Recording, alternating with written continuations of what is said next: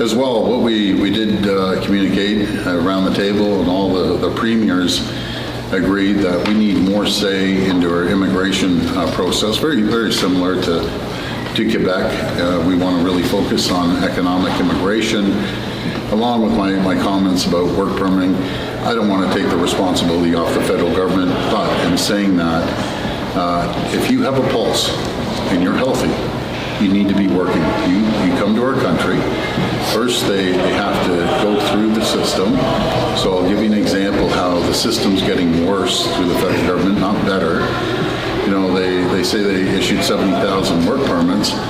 Well, we have 90,000 people coming in, and altogether there's about 139,000. David, you have the numbers down better. I think across the country you're mentioning over 280,000 backlog. I'm very concerned, which the Prime Minister never mentioned to me, about cutting off the funding in literally a month in September for everyone in the hotels. Quite a few asylum seekers in the hotel in our area and across, especially in Niagara and other areas. The federal government has to go in there and find out who's eligible. The whole system has to have integrity.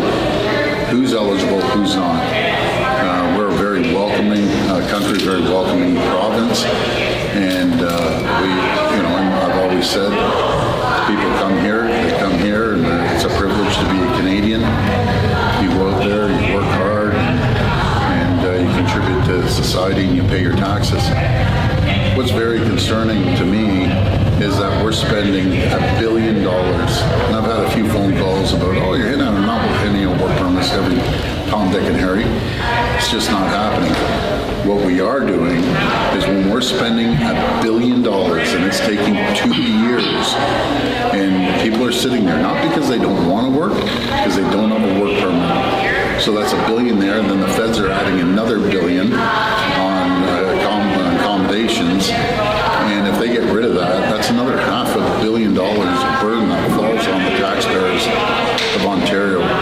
And I just go back to, again, if you're here, if you're healthy, you need to be working, you need to be contributing to society, you need to be contributing to the tax base. And what else is happening? A lot of these folks that are here, they want to work.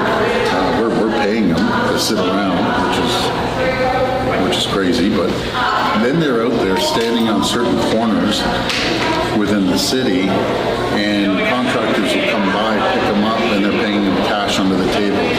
So we're losing a tax base on that. And these people have come here for a better life. And if they truly aren't asylum seekers, and they aren't being threatened in their own country, that's up to the federal government to make sure they're very clear. The people that aren't here based on that, they need to move forward and go back and reapply through the immigration process. So I'll pass it over to you, David. And maybe you can... To reiterate what the Premier said, I mean, with the tariff threat and with the economic uncertainty that we see, we've got to protect Ontario, we've got to protect our workers. That means having systems with integrity. I'm the grandson of an immigrant who came here from Italy, and this country has always welcomed immigrants. We need a system that stands with integrity and a system that is able to process and properly adjudicate. And we know that Ontario right now, the federal government are processing fewer asylum claimants than claims that are being made in the province of Ontario today. And you can't have a system that takes incredibly long to adjudicate and an uncertain system, and then also cut labor market transfer agreement funding, which is our very tool designed to equip people to succeed in the economy and to contribute to the economy. Cutting settlement services funding. These are all the tools that are left to the provinces to address this issue. Now, the federal government have strengthened certain loopholes whereby a student enters here under a student visa, and then at the expiration of that visa, in an attempt to stay, will file for asylum. We saw a massive increase on that, and they rectified that loophole in a bill currently going before Parliament. But bottom line, as the Premier said, is we want Ontario to to succeed, we want this economy to succeed. To do it, you've got to ensure that people are working and people are contributing to the economy. And so to that end, we've got to have the support from the federal government. We need to have increased support, and we need increased autonomy, so that we as a province are able to bring in and to support the kind of economic immigrants that are going to support certain sectors of our labor market and ensure people have a pathway to contribute. And that's what we're calling on them today, is to support Ontario, help address the $1 billion we spend right now on asylum seekers, help ensure that that system has integrity. To give you all an example right now, we don't know what happens when an asylum claimant is rejected. We don't know if they're given a removal order. What we do know is that 90% are unescorted, which means we don't know if that individual actually stays or leaves. And what we do know is that our system, in particularly in our urban centers, something that Chalmers, Brown, and many others would reiterate, is that that system is under strain from a housing perspective, from an education perspective, and from a healthcare capacity perspective. So we need the support from the federal government, and the Premier is right in joining arms with other premiers to say we want more say in Ontario. We're pleased that they have committed to that, and we certainly want them to support us financially. We aren't taking it over, but the people that are there, that are sitting there collecting, we're collecting welfare, we're collecting free schooling, free healthcare and everything. I want them working. And if we can support the federal government, maybe they don't have the capacity to handle it, we're willing to do that. I just want people to be out there working. Am I taking the whole immigration system on the shoulders of the province? No. Would I like to be treated the same way as Quebec? Yes. And so would every other province and territory. But we have to start getting people to work. These are healthy people that want to work, and they're sitting in a hotel room for 2 years, and they aren't able to work. The federal government does not agree with this 2-year figure, and lots of advocates and lawyers for refugees and so on say the actual figure is 45 days, 6 weeks. We've heard a few months. Where do you get it? Why we got these two different pieces of information? Well, I'll hand that to you, David. Go ahead.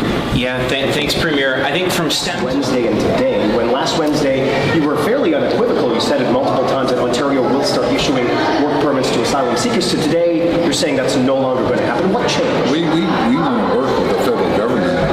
We don't want to take over the immigration system per se and take the burden on, which we're doing already, that we're spending over $1 billion. We want to throw another $500 million on our shoulders.